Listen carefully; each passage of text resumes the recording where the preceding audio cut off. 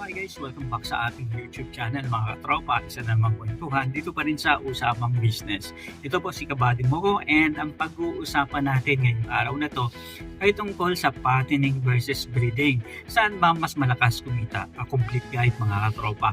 So tara, himay-himayin natin yan dahil alam ko naman marami gustong pumasok sa negosyo, sa agribusiness ngayong mga panahon na to, and marami ang gustong pumasok sa negosyo ng baboyan. So, eto nga mga katropa, gusto mo bang mag-piggery business pero nalilito ka pa kung ano ang pipiliin? Magpapataba ng biik at mag-aalaga ng inahin. Maraming nagsasabi na ang breeding ang tunay na pera. Ibig sabihin nito, sa iba naman ang makakasagot sa mga pangangailangan, tanong nila, at syempre, ano ba yung gusto nila. So sa iba, fattening ang mabilis ang ikot ng pera. Okay mga katropa, so medyo parehas na matimbang dahil parehas naman ito pwedeng kumita. Pero ano ba talaga ang mas angkop para sa iyo kung ikaw ay nais o gustong pumasok sa negosyong ito? So sa bidyong ito, hihimayin natin ang puhunan, kikitain, and ang ihirap sa ng bawat isa para malaman mo. Saan ka nga ba mas bibilis yumaman sa pagnenegosyo ng negosyong baboyan? Sa fattening business ba o breeding? So, eto na nga mga katropa. So, ano pa yung business model sa negosyong baboyan na mas angkop, na mabilis kang kumita, and mapapalago mo yung negosyo mo? Ibig sabihin, long term ba o short term ba? So, tara, simulan natin yan. Mga katropa, unahin muna natin yung tinatawag na fattening business. Ito yung paborito ng mga beginners. Bakit? Kasi simple lang ang cycle nito. Bibili ka ng biik na karaniwang 12 to 20 kilograms. Ibig sabihin, piglets pa ito mga katropa na pangkaraniwan na yung 30 days o 45 days hanggang 60 days old. Yan yung nagsisimula, yung sasabihin mo gagawin kong fattener ito and ibibenta ko after 3 to 4 months na pag-aalaga. So sa ganitong sistema ng pagnenegosyo sa negosyong baboyan, maaari mong alagaan ang iyong mga piglets na binili, mga baboy, sa loob ng 100 to 120 days. Ibig sabihin, sa period na yan, is makukuha mo na at babalik na sa iyo yung tinatawag na ROI o Return of Investment. Ibig sabihin, mabilis yung balik sa iyo ng pera na ininvest mo. And less technical, hindi mo kailangan maging eksperto sa pagpapaanak o pagpapalaki ng mga alaga. Ibig sabihin, maaari mong itanong sa ibang mga katropa mo na nag-aalaga ng baboy, mga kapitbahay, paano ba ginagawa ito? Dahil mga katropa, simple rin naman ang pagnenegosyo ng fattening business. Pero, take note lang ha, dito sa negosyong ito, kailangan may kaalaman tayo paano ba gamutin ang mga sakit ng ating mga alagang baboy and yung proper maintenance ng ating alaga. So, ibig sabihin rin nito, pagbenta, pwedeng magpahinga ang kulungan bago ang susunod na batch. Sa negosyo kasi ng fattener, batch by batch yan mga katropa, and sabi ko nga, 100 to 120 days. Ibig sabihin, 3 to 4 months, pasok na, pwede mo na siyang ibenta. So, isa pang bagay na maaari nating i-link dito is yung dependency naman sa piglets. Isa sa mga disadvantage dito is yung mahal ang puhunan kasi bibili ka pa ng piglet. Sa ngayon kasi mga katropa, ang piglet naglalaro ng 4,000 to 5,000 per head. And ibig sabihin yan, kung 10 piglets ang bibilhin mo, 50,000 kaagad ang puhunan na ilalabas mo sa piglets pa lang yan.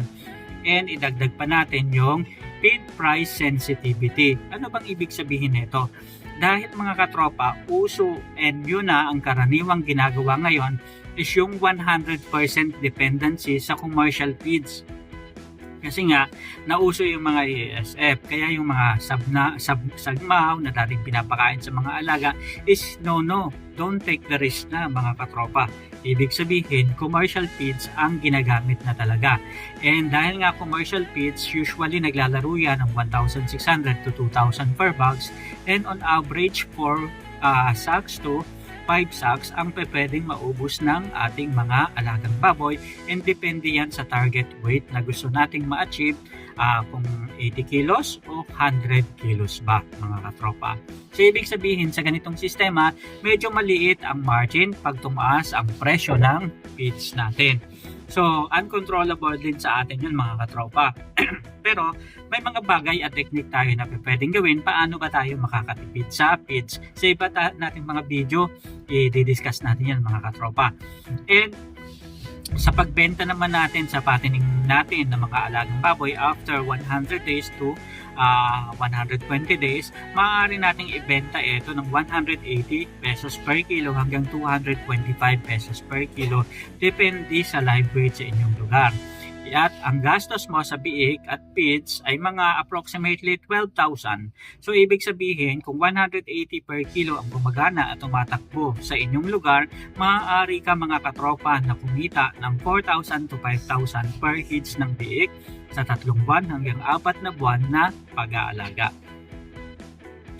So ngayon naman, simulan naman natin yung tinatawag na breeding model. Ang tinalakay natin kanina is yung tinatawag na fattening model. Ngayon naman yung breeding model mga katropa. So ngayon, yung breeding model o yung tinatawag na pag-iinahin. Ito yung tinatawag na factory ng piggery.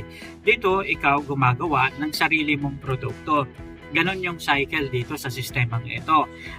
Self-sustaining itong negosyo na to kasi hindi mo na kailangan bumili ng mga piglets and biik sa labas and malaking katipiran yan mga katropa.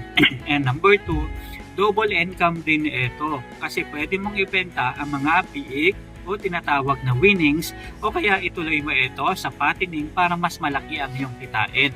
So imagine yung baboy mo manganak ng 10, meron ka ng 50,000. Kung sa kasalukuyang takbo na 5,000 per head ng piglets. Paano kung yung anak ng baboy mo is umabot ng 13 and yung iba mga 17 pa? E di doble, paldo-paldo ka mga katropa.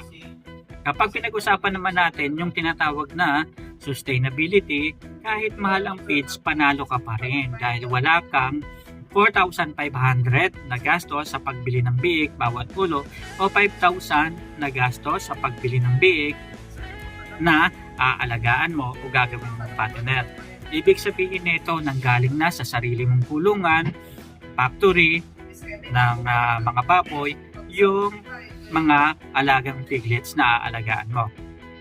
So ano naman ang pros and cons nito? Una mga katropa, high risk and kailangan ng skills. Dito po kasi kailangan mong malaman paano ba yung process ng pagpapaanak, paano ba yung process ng pag-i-inject ng iron, vitamin B complex, o kung ano mang mga vitamins na kailangan mong ibigay sa alagang baboy. So dito, high skills kasi yung mga proseso na kailangan mong pagdaanan sa pag-aalaga ng inahing baboy at pagpapaanak dito, kailangan mong biyang malaman in details. And long wait din. Aabutin ng halos 1 taon bago ka makakita ng unang malaking kita, wait for pregnancy and nursing growth. Ibig sabihin ang span ng pag-aantay para makapanganak yung baboy is halos aabutin ng 1 taon. Kasi kung aalagaan mo yung inahing baboy mula piglets pa at palalakihin mo ng 8 months, 8 months pa yan bago magsimula ang maglandi. Maybe 5 months maglalandi na yan, pero hindi pa ideal na papulugan. Kaya kailangan maghintay na umabot ng 8 months para maging hubog na yung katawan nito and prepared, handa na para magkaroon ng anak. Ayan. And ibig sabihin nito, yung mature na rin yung pangangatawan ng baboy para at least kayang-kaya na talagang mag-anak ng marami. Okay? So, and after nun, after mapabulugan, mag-wait ka na naman ng another 3 months, 3 weeks, and 3 days. Yun yung tinatawag na 114 days na pagbubuntis ng ating mga alagang baboy.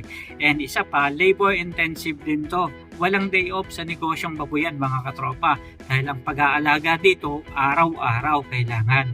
Pero, yun lang nga, happy ka dahil namomonitor mo ang iyong mga alagang baboy. Ito na. I-summarize natin para mas malinaw mga katropa. Mas malaki ang initial sa breeding pero mataas ang recurring cost sa fattening. Ibig sabihin, mas malaki sa unang bugso ang ipupuhunan mo sa breeding cycle model pero mas malaki naman ang gagastusin mo sa bandang huli o sa middle part ng pagnenegosyo kung patining model naman ang susubukan mo mga katropa. Mas mataas sa breeding ang una, banta ng sakit sa mga biik, and risk yun para sa pag-aalaga mga katropa. And pagdating naman sa profit, mas malaki ang net profit per head sa breeding in a long term. Kung gusto mo naman short term, then dun ka mga katropa sa pagpapatining. Ibig sabihin, kung wala kang masyadong oras dahil may trabaho ka, magpatining business ka muna. Pero kung full-timer ka na farmer at gusto mo ng stable na source ng income, lalo na ng piglets, breeding ang para sa iyo mga katropa. Meron ding tinatawag na sow to finish. Ito ang hybrid model. May inahin ka at lahat ng mga anak niya, ikaw rin ang magpapataba. Pero sa ganitong sistema, nire-recommend natin mga katropa na dapat yung piglets binibili mo pa rin sa sarili mong babuyan. Hindi libre kasi ang pag-aalaga nito Hindi libre ang pagpuproduce nito. Kaya importante na dapat kahit may discount, babayaran mo pa rin yung sarili mong babuyan para iba yung kinikita ng breeding mo at iba yung kikitain mo naman sa sow to finish mo. Ayan. At ibig sabihin nito, yung inahin, yung anak niya, ikaw lahat ang bibili at magpapataba at gagawin mo siyang grower sa sarili mo pa rin babuyan. Ang sinasabi ko mga katropa is kahit nasa sarili mo siyang babuyan, kailangan i-separate mo yung business ng breeding business mo sa sow to finish business mo. Ayan, para maliwanag at makompute mo ng mabuti ang iyong kita. Ito yung pinaka-profitable dahil una, wala kang binabayarang middleman sa biik and kontrolado mo ang kalidad ng mga piglets dahil alam mo kung paano ito inalagaan. And yung kalidad ng karne mula day 1, talaga namang alam na alam mo mga katropa. And I'm sure 100% magiging customer ka rin ng sarili mong babuyan kapag ito ay kinatay na. Okay. So mga katropa, ano sa tingin nyo? Team patining ba kayo o team breeding? I-comment nyo naman ang inyong karanasan sa baba at kung gusto nyo pa ng sample ng computation para sa 10 heads patining budget, huwag kalimutang i-like and subscribe para sa part 2 ng ating piggery series. Muli, ito ang inyong kabady para sa piggery business model dito sa Pilipinas. Hanggang sa muli, maraming salamat. Paalam.